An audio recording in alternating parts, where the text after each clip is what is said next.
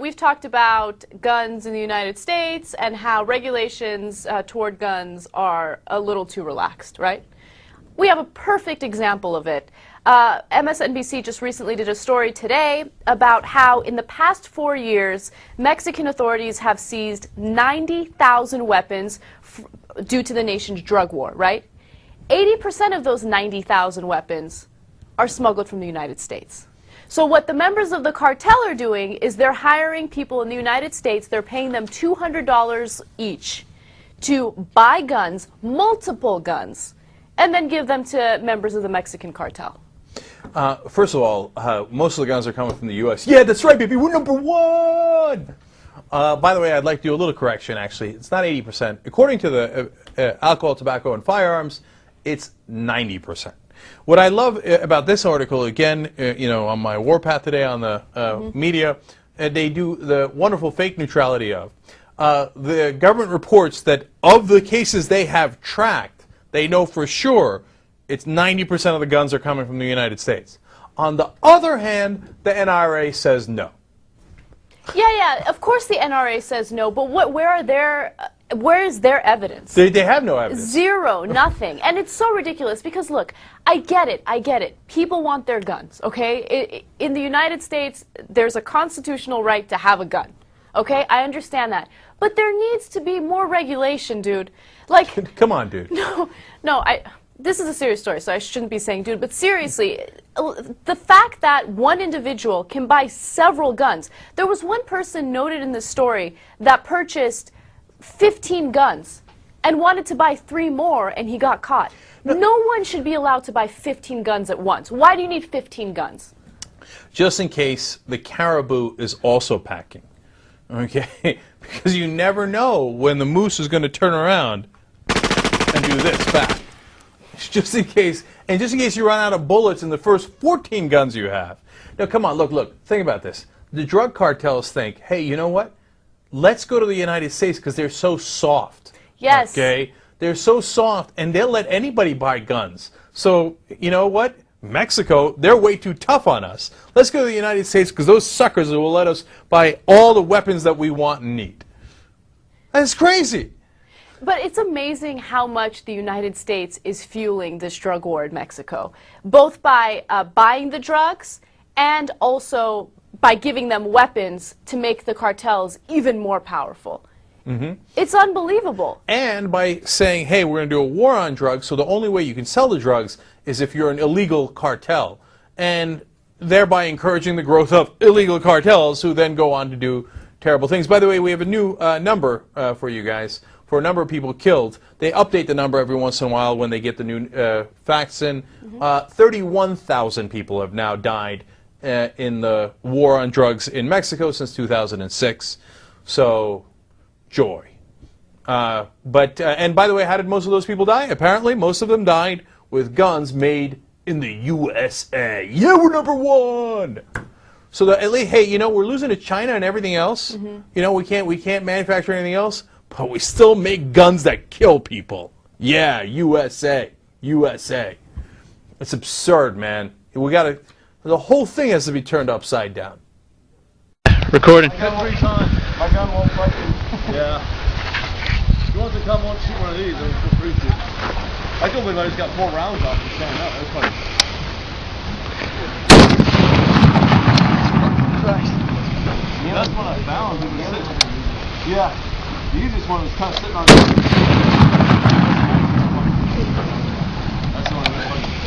Fue en una zona residencial de Tijuana que paralizó a toda la ciudad. Durante más de 3 horas, le estoy diciendo, 3 horas, se enfrentaron pistoleros contra policías federales y soldados del ejército mexicano que tuvieron que llegar en apoyo de los federales que ya tenían heridos.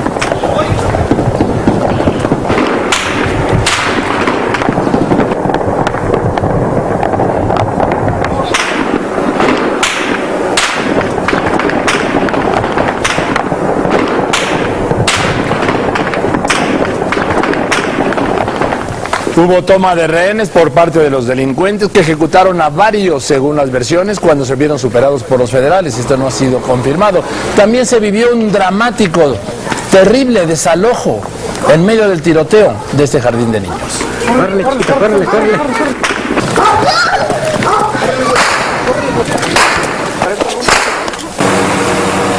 En un momento del choque, los delincuentes atacaron a tiros a este helicóptero de la policía que reforzaba el operativo. Ahora está la crónica de esta batalla ya en Tijuana que parecía no tener fin hasta que se rindieron.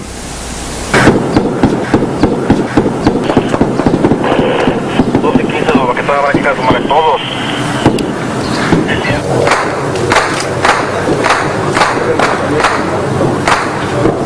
Estamos atrapados en el fuego. La delegación de la mesa de la ciudad de Tijuana, Baja California, vivió nuevamente horas de violencia.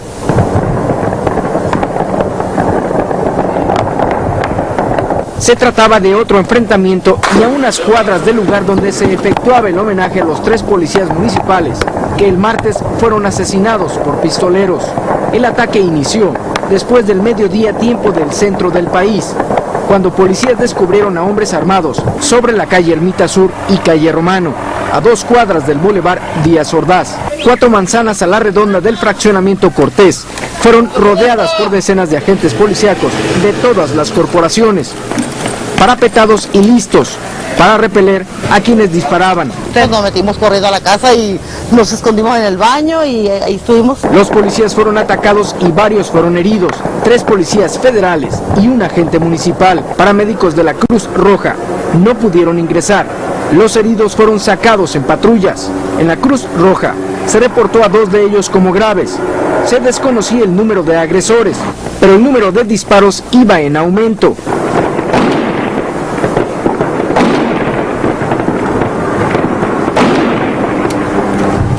Incluso contra el helicóptero de la policía. En medio del enfrentamiento quedó el kinder escolar Alegría. Los pequeños fueron desalojados primero por las maestras. ¡Déjame caminar!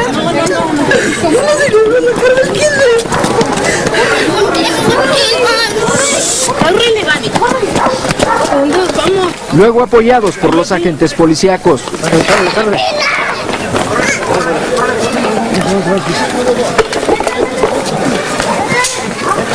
Claro, que hay niños, claro, que hay niños. Los menores fueron llevados al auditorio municipal. Ahí fueron entregados a sus familiares. En la zona del ataque quedó también una preparatoria particular. Los vecinos del lugar se protegían distantes de puertas y ventanas. I'm inside the police station here in Rio where they're bringing all of the stuff that they're confiscating from the favelas that they occupied, and this is the room where they're bringing it. And the first thing you sense is the smell, a very potent smell of marijuana and cocaine mixture kind of, and this is why.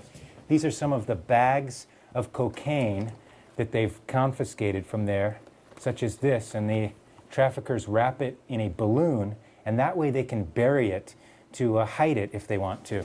And look at this. This shows you, when they talk about war in Rio, this is why they say that. These are some of the semi-automatic rifles that were confiscated as well from inside the favela that were used by the drug traffickers there. Just so many of these weapons. You can tell that they were so prepared for battle with the police. Just this morning, police have even brought more stuff in that they've got from the favela. Look at this, bags of ammunition. And it's incredible. Just this morning, police have even brought more stuff in that they've got from the favela. Look at this, bags of ammunition. And it's incredible to think the types of ammunition and the caliber that the police had to deal with. This was all by the traffickers here. It was enough for really a small army. Also have cartridges to reload. I mean, just endless supply of these things. More bags of marijuana as well, bricks of marijuana. Handguns over here. Another bag full of handguns, such as this, incredibly lethal weapons. And as well as these sights that they would put on their guns that they could zoom in on whoever they wanted to try to kill or harm. Now, police say over the coming days, they expect to apprehend even more of this kind of stuff. O importante dessa operação foi a devolução do território à população dessas comunidades. A partir de agora, nós vamos começar a fazer uma varredura na comunidade, buscando nessa comunidade armas, drogas e munição e pessoas presas, né?